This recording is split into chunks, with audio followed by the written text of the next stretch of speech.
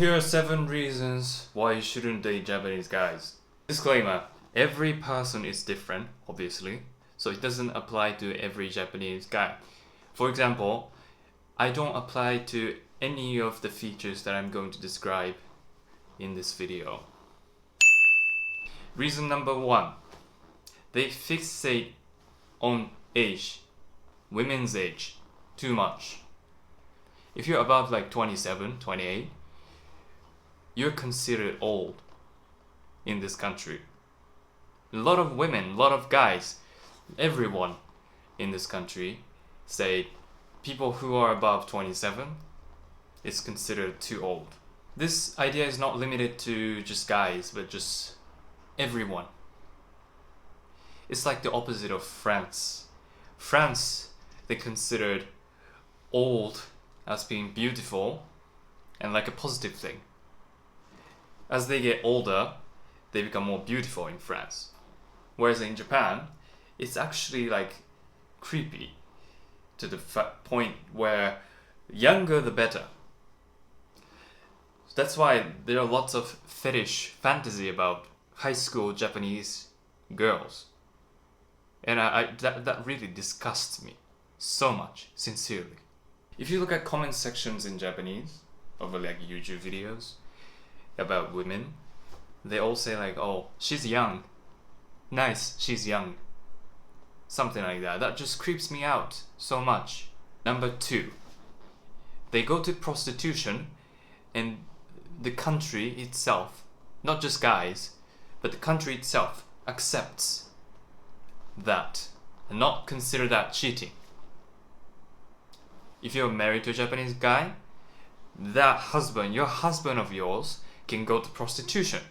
Because Japan is like big on prostitution. It's legal in like many places. And you have to accept the fact that you're having a husband who's having sex with another woman. If you're born outside of Japan, especially if you're from the West, this idea is not easy to grasp. Reason number 3, they typically have a very narrow view of the world. For instance, a Japanese guy is working his ass off. We have like a brutal work culture in this country, and he just keeps working because he just sees the only way to survive is to just work in that company. And like worse yet, if he loses his job, which is his like the only passion, he might consider his life done. He might just take out his life just because he lost his job. School too, if someone doesn't get a pass on the entrance exam of the university they wanted to go, some take their lives out. And this is conspicuously prominent in men, among men, than women. Women sometimes do that too, but a lot more in men. They have a very narrow view of the world. They only see them a path as the only way to survive or to live. Reason number 4, they don't have opinions. They conform to the majority. This is not going to be limited to Japanese men, but also women, Japanese people in general. We are raised to conform to the majority and like don't have opinions. If I were to describe the Japanese culture, it is going to be the nail that sticks out gets hammered down. That just pretty much describes this culture. And like we are brought up to be quiet, conform to the majority. If the majority agrees that it's right, yeah, we agree. If the government says you do this, everyone does that. So it's really like not really different from authoritarianism, because we just follow what everyone else is doing. So the government doesn't even have to control the citizens, which could be like a good thing sometimes, but I just don't really find it really attractive, this culture of conforming and this collectivism and being the same as everyone else is considered a good thing in this country. So why is this a problem? Why not having an opinion a problem? Well, that person is going to be naturally boring to talk to because they don't have anything to share with that's interesting. They just follow what everyone else is doing. They just do what everyone else is doing. Well, what's the fun thing in that way of living? This number 5 just makes me really sad. But people, at least people I've met, Japanese people, are brutally cold. Very cold. Well, if you've been to Japan or if you've talked to Japanese people, you might think, oh, Japanese people are really nice. This country is like a paradise. But like, you haven't seen what's in behind that mask they wear. We all wear masks. Yes, we do. But these masks of ours in Japan, it's like, they're like so freaking thick. They're so strong. They just cover like entire features of your face. That's how strong they are. Alright, they might be like smiling, they might be like helping on the surface, but like scratch the surface, literally, you'll find brutally cold personality. I'm gonna share like one story of a high school classmate. Actually, I think there were like 3 of them who were saying the same thing at that time. Okay, so Japanese trains sometimes get delayed, even the Japanese trains, because of the weather, but also unfortunately because of someone who jumps in front of the train to kill themselves. When that happens, it actually happened, not on my train that I was on, but like that delays the whole train, right? The whole chain of trains, the whole cascade of trains. Okay, I was with the classmate on the train. I think 3 of them, actually. So, including myself, there were 4 of us, right? That was when I was in high school. One of them so like there's an announcement saying, okay, there was an accident, someone jumped in front of the train. Sorry for the inconvenience, but we are delayed. Okay. My response was like really sorry for someone who unfortunately took their life. But the classmates' response, believe it or not, how dare they disturb other people's schedule? If they wanted to die, they should die elsewhere without disturbing other people's schedule.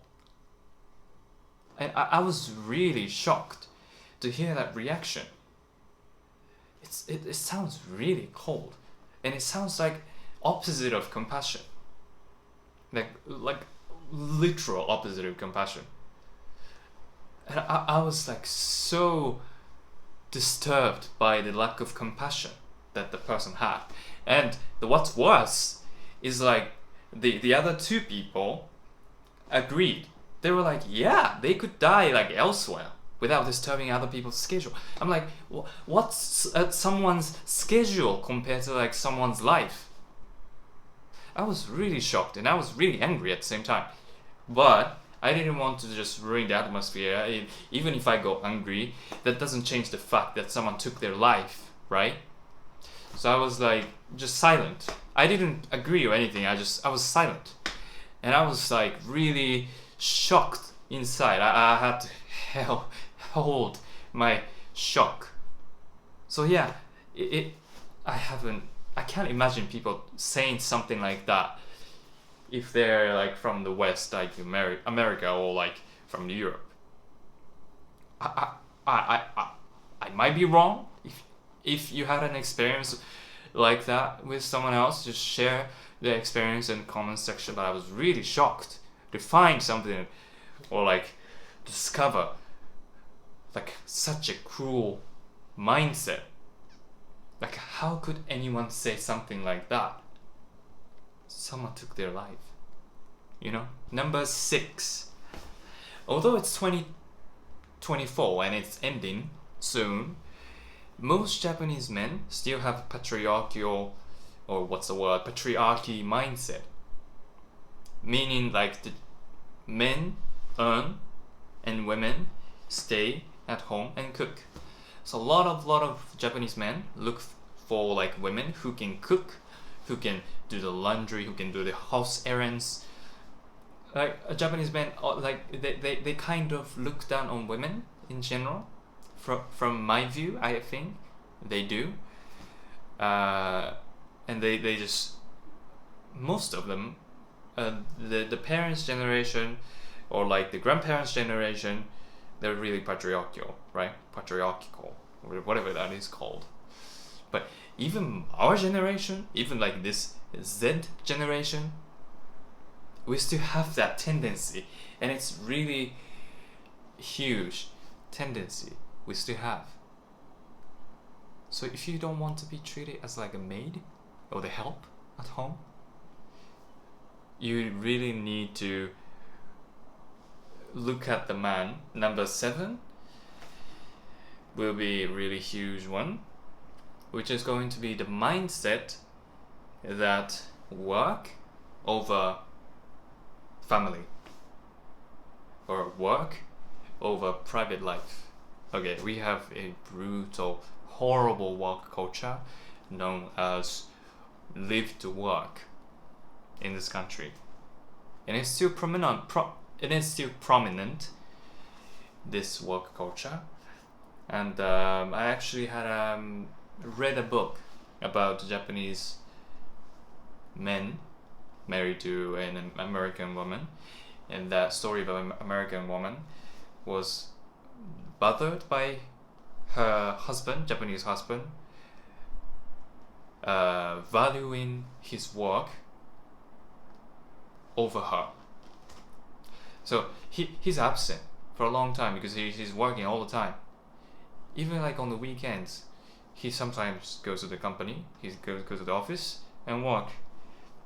And like she was feeling really left out and ignored at the same time. And she was consulting about that with other Japanese women.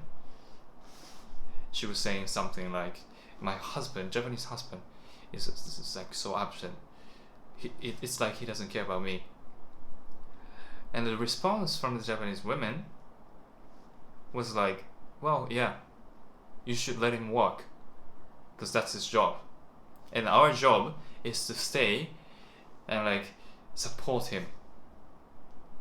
So she was really, really surprised. She was really, really shocked to learn that kind of relationship in the Japanese society.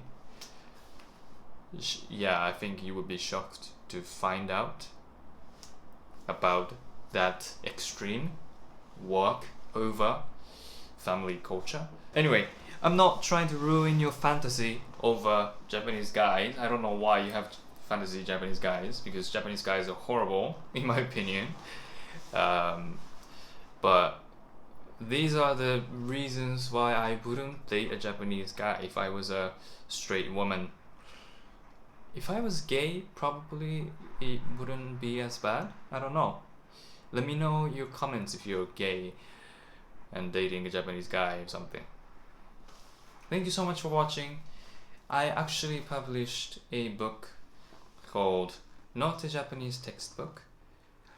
I'll show you. This book teaches you a practical yet amusing ways to learn the language. So if you're interested in this language, grab the copy. Or if you're interested in learning Japanese, I offer a one-on-one online teaching. I teach Japanese for a living. So if you're interested in that as well, you can check out the link in the description below. So I will have the link to this book and the link to my teaching. And I'll see you in the next one. Until next time.